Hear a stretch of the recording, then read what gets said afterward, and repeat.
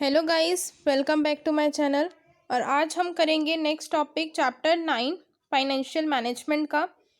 अगर अभी तक आपने मेरे चैनल को सब्सक्राइब नहीं किया है तो प्लीज़ सब्सक्राइब कर दें। बेल आइकन को क्लिक करना ना भूलें कि आने वाली न्यू वीडियो की नोटिफिकेशन आपको टाइम पर मिल जाए। और साथ ही साथ अगर आपको मेरी वीडियो पसंद आए तो प्लीज़ एक लाइक करें और शेयर करें। चलिए आइए स्टार्ट करते हैं next topic, that is dividend decision. Dividend decision क्या होता है? इससे पहले वाले वीडियो के अंदर हमने बात करी थी दो डिसीजन की, फाइनेंशियल डिसीजंस जो होते हैं। पहला था इन्वेस्टमेंट डिसीजन, दूसरा था हमारा फाइनेंसिंग डिसीजन। इन्वेस्टमेंट डिसीजन के अंदर हम क्या करते थे कि हमें इन्वेस्टमेंट कैसे करनी है, क्या क्या फैक्टर्स अफेक्ट करते हैं इन्वेस्टमेंट को लेकर, कि इन्वेस्टमेंट में कैसा हमें, अगर हम कहीं इन्वेस्ट कर रहे हैं क्या रेट ऑफ रिटर्न मिलेगा, कैसा कैश फ्लो पोजीशन है, हर चीज़ का ध्यान रखते हैं। फिर अगर हम बात करें फाइनेंसिंग डिसीजन की तो उसके अंदर हम क्या देखते थे कि हमें अपना ओनर्स फंड कहाँ यूज़ करना है और बोरोड फंड कहाँ यूज़ करना है, कैसे यूज़ करना है, किस वे में इस्तेमाल करना है, किस फैक्टर पे क्या इफ़ेक्ट डालेगा अगर हम ओनर्स फंड को यूज़ करते हैं या फिर बोरोड फंड को यूज़ करते हैं। आज हम बात करेंगे डिविडेंड डिसीजन की। डिविडेंड डिसीजन के अंदर पहला क्या है, हम बात करेंगे पहले डिविडेंड की। डिविडेंड क्या होता है? Dividend is that portion of profit which is distributed to share holders.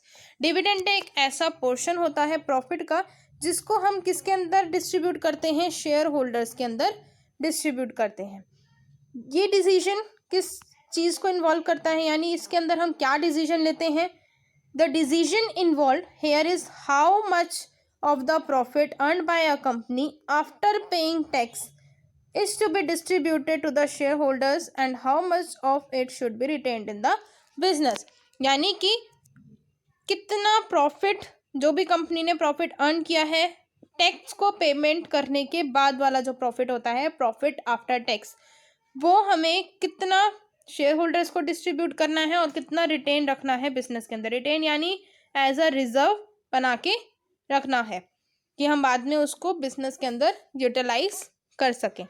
तो ये डिसीजन हम इसके अंदर लेते हैं कि how much of the profit will be distributed to the share holders and how much of it should be retained in the business. फिर इसके अंदर हमारे पास नेक्स्ट टॉपिक आता है फैक्टर्स अफेक्टिंग डिविडेंड डिसीजन। क्या क्या फैक्टर्स अफेक्ट करते हैं डिविडेंड डिसीजन को लेने में? The first one is amount of earning. Amount of earning में क्या होता है कि कितना अमाउंट एक कंपनी अर्न कर रही है उसके बेसिस पर डिविडेंड पे किया जाता है। अगर इनफ्लो ज़्यादा है कैश का तो हम ज़्यादा से ज़्यादा डिविडेंड पे कर सकते हैं, अगर आउटफ्लो ज़्यादा है तो हम क्या करेंगे? कम डिविडेंड पे करेंगे। फिर नेक्स्ट आता है स्टेबिलिटी अर्निंग। स्टेबिलिटी अर्निंग यानी कि कितनी अर्निंग हमारी स्टेबल रहती हैं ऑर्गेनाइजेशन के अंदर।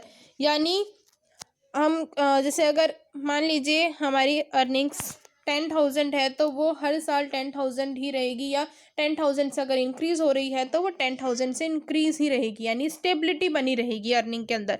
अगर हमारी जो अर्निंग्स हैं वो स्टेबल हैं तो हम हाइयर डिविडेंड डिक्लेयर कर सकते हैं, लेकिन अगर अनस्टेबल हैं तो हम हाइयर डिविडेंड नहीं पे करेंगे, उनको छोटा डिविडेंड पे करेंगे, स्मॉलर डिविडेंड पे करेंगे। अनस्टेबल में क्या हो सकता है? अगर इस साल कंपनी को प्रॉफिट हुआ तो अगले साल उस कंपनी को लॉस भी हो सकता है, तो that is called unstable earnings. ठीक है। Stability of dividend. अब डिविडेंड की क्या स्टेबिलिटी होनी चाहिए? अगर तो हमारी जो कंपनीज हैं उनकी जिस हिसाब से पॉलिसीज़ हैं उस पर हमें डिविडेंड देना पड़ता है। अब डिविडेंड देने की भी कुछ पॉलिसीज़ वगैरह होती है। अगर कंपनी बहुत ज़्यादा कॉन्फिडेंस में है, उसका पोटेंशियल है कि वो अच्छा राइज अप करेगी अपनी प्रॉफिट्स के अंदर, तो हम डिविडेंड उस केस के अंदर ज़्यादा दे सकते हैं करंट ईयर में।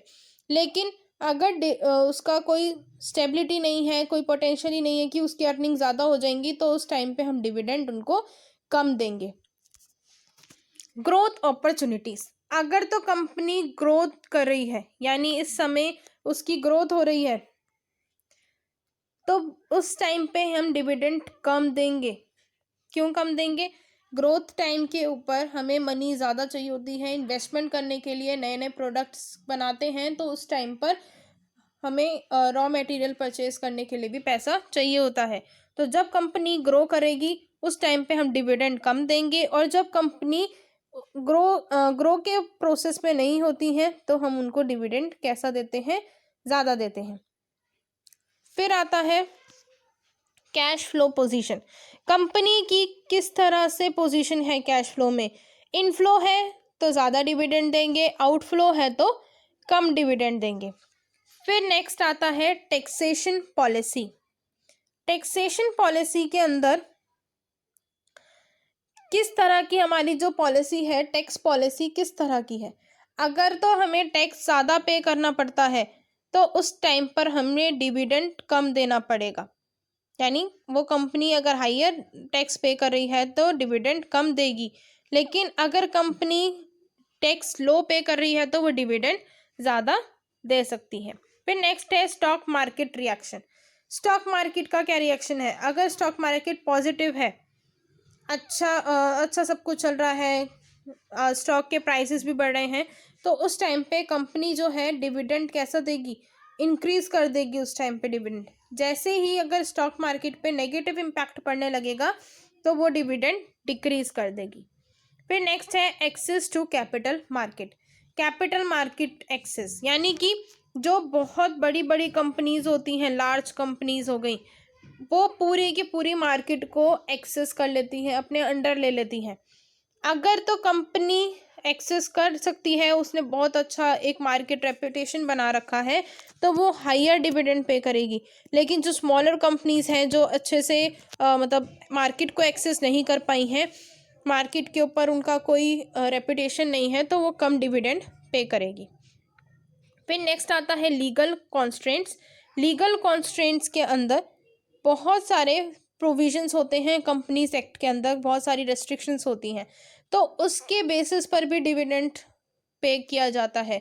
अगर कहीं रेस्ट्रिक्शंस हैं कंपनी एक्ट के अंदर, कोई पॉलिसी है, ठीक है, तो उसके ऊपर देखा जाएगा कि इस प्रोविज़न को हमें ध्यान रखना है और फिर डिविडेंड पे करना है।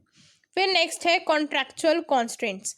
कॉन्ट्रैक्चुअल कॉन्स्ट्रेंट्स के अंदर क्या है कि जब कंपनी किसी को कंपनी कभी किसी से अगर लोन वगैरह लेती है तो उस टाइम पर कुछ लोन की पॉलिसीज़ होती हैं कि फ्यूचर पेमेंट किस तरह से होगी। अगर उस साल फ्यूचर जो पेमेंट्स करती हैं कंपनी, अगर उस साल कंपनी को ज़्यादा पे करना होगा तो वो ध्यान रखेगी कि वो डिविडेंड कम पे करे। अगर तो ऐसी कोई फ्यूचर उनकी क्या कहते हैं लोन नहीं है, कोई फ्यूचर पेमेंट नहीं है, तो वो डिविडेंड अपने ध्यान में रखकर दे सकती है जैसे उसकी अर्निंग्स हैं, ठीक है। फिर इसके अंदर एक लास्ट पॉइंट है जो कि इसमें रह गया, that is share holders preference.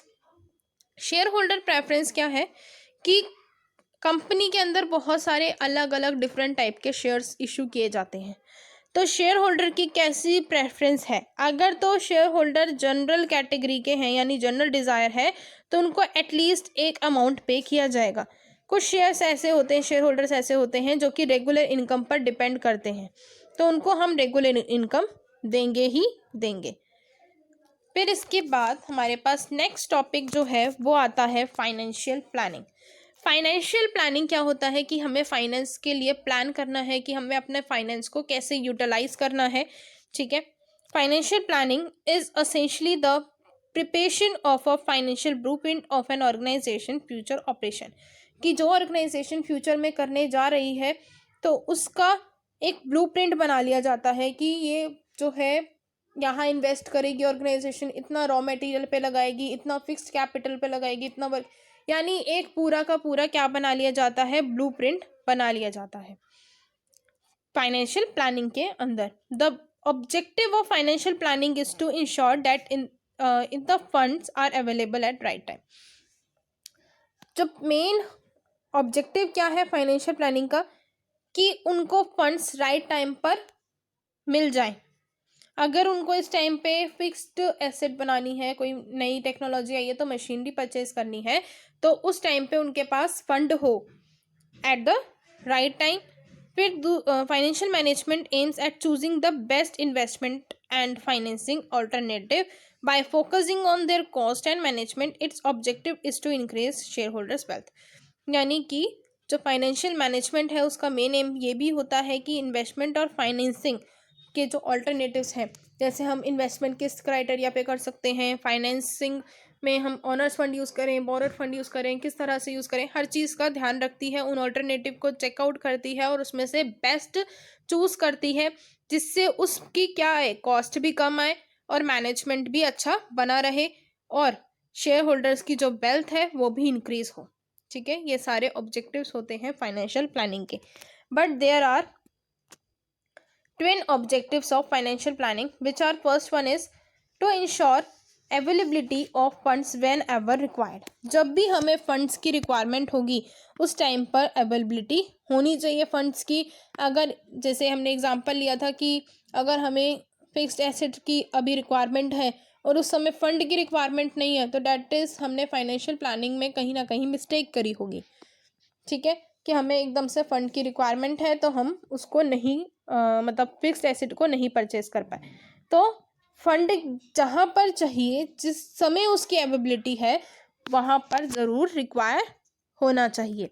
फिर नेक्स्ट है to see that the firm does not raise resources unnecessarily. यानी कि अब किसी के पास बहुत सारा फंड है, एक कंपनी बहुत रेप्यूटेड है, तो वो सारा पैसा जो है ज़्यादा यूज़ कर रही है, जितने रिसोर्सेज उसको नीडेड नहीं है वो बहुत ज़्यादा खरीद रही है, यानी सरप्लस मनी यूज़ कर रही है, ज़्यादा से ज़्यादा मनी यूज़ कर रही है और जो कि उसके काम के लिए नहीं है।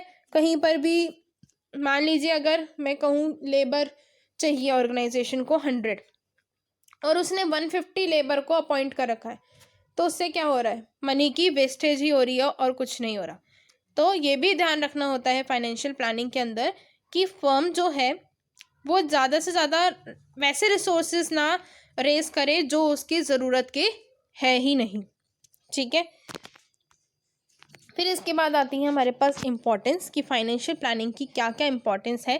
सबसे पहली इम्पोर्टेंस आती है help in forecasting what may happen in future under different business situations. कि पहले से ही पता करके रखना, यानी पहले से ही सोच के रखना कि फ्यूचर में क्या होने वाला है, उसके बेसिस पर एक थोड़ा सा एनालाइज कर लेना। ठीक है, जैसे हम फ्यूचर को प्रिडिक्ट करके चलते थे कि थोड़ा बहुत हम सोच के चलते थे कि हाँ ऐसा ऐसा अगर फ्यूचर में हो गया तो हम इस तरह से फंड को राइज कर सकते हैं, रेज कर सकते हैं, तो that situations will be consider under this. तो अगर मान लीजिए यहाँ पर एक एग्जांपल से समझें, तो अगर a growth of 20% in sale is predicted, हमने सोचा था कि जो सेल है वो 20% बढ़ सकती है, ये हमने सोच के रखा था, लेकिन वो क्या हो सकती है, 10% भी हो सकती है और 30% भी हो सकती है। तो यानी हमारे जो एक्सपेंसेस होंगे, जिस तरह से सिचुएशन होगी उस तरह से एक्सपेंसेस भी हमारे कम भी हो सकते हैं और ज़्यादा भी हो सकते हैं। तो फाइनेंशियल प्लानिंग के अंदर पहले से ही हम फ्यूचर को प्रिडिक्ट करके चलते हैं। Second one is it helps in avoiding business shock and surprises and helps a company in preparing for the future. यानी एकदम से जैसे हमने पहले ही सोच के रखा था बाई चांस हमारी चोरी हो जाए या कोई आग लग जाए, तो इसका हमने पहले ही सोच रखा था, उसके लिए अलग से फंड निकाल रखा था, रिजर्व निकाल रखा था। तो हम उस बिजनेस के शॉक से, उस सरप्राइजेस से थोड़ा बहुत मिले हुए होते हैं, तो हमें एकदम से शॉक नहीं लगता। यानी फ्यूचर के लिए पहले से ही प्रिपरेशन करना फाइनेंशियल प्लानिंग के अंदर आता है। फिर नेक्स्ट है if it helps in coordinating various business functions. बहुत सारे बिजनेस फंक्शंस को कोऑर्डिनेट करने में हेल्प करता है, जैसे कि example is sales and production function हो गया। इनको हम लोग क्लियर पॉलिसीज़ और प्रोसीजर के द्वारा अच्छे से चला सकते हैं। अगर हमने सेल की अलग पॉलिसीज़ बना रखी हैं, ढंग से उनका प्रोसीजर कर रखा है, प्रोडक्शन का अच्छे से प्रोसीजर है, स्टेप बाय स्टेप प्रोडक्शन हो रहा है, तो हम कोई भी रिसोर्सेज की वेस्टेज भी नहीं होती है और ना ही हम कहीं देर से होते हैं, यानी एफिशिएंट काम बहुत आसानी से हो जाता है। फिर है detailed plans of action prepared under financial planning produce based application of efforts and gaps in planning. यानी डिटेल्ड में अगर हमने कोई प्लान्स बना रखे हैं तो उससे क्या होता है, फाइनेंशियल प्लानिंग जो है उस वेस्ट को, उस डुप्लीकेशन ऑफ वर्क को रिड्यूस कर देता है, कम कर देता है। फिर next is it tries to link the present with future. ये सबसे ज़्यादा क्या ट्राई करता है फाइनेंशियल प्लानिंग, कि फ्यूचर के साथ प्रेजेंट को लिंक करें। आज हम जो भी प्लान बना रहे हैं वो फ्यूचर के बेस के ऊपर भी बना रहे हैं, तो financial planning tries to link the present with the future. फिर next is it provides a link between investment and financing decision on a continuous basis. यानी ये कॉन्टिन्यूस बेसिस पर फाइनेंसिंग और इन्वेस्टमेंट के जो हमारे डिसीजंस होते हैं उसको क्या करके रखता है, एक लिंक बना के उसके साथ रखता है। फिर आता है it makes the evolution of actual performance easier. Actual performance को इवेल्यूट करने का जो तरीका होता है उसको भी बहुत आसान कर देता है। अगर जैसे कि इसके अंदर अगर हम मान के चलें कि हमने जो परफॉर्मेंस है 20% हमने सोचा था कि सेल इंक्रीज हो जाए, तो अगर वहाँ पे 10% हो जाती है, 30% हो जाती है, तो हमें एक्चुअल परफॉर्मेंस को एनालाइज करने में आसानी हो जाती है। एक तरीके से थोड़ा कंट्रोलिंग का ही काम करता है, कंट्रोलिंग फंक्शन जो हमने पार्ट ए में किया था। चलिए इसके बाद हमारा जो नेक्स्ट टॉपिक है डैट इज़ कैपिटल स्ट्रक्चर, ये हम करेंगे अपनी नेक्स्ट वीडियो में।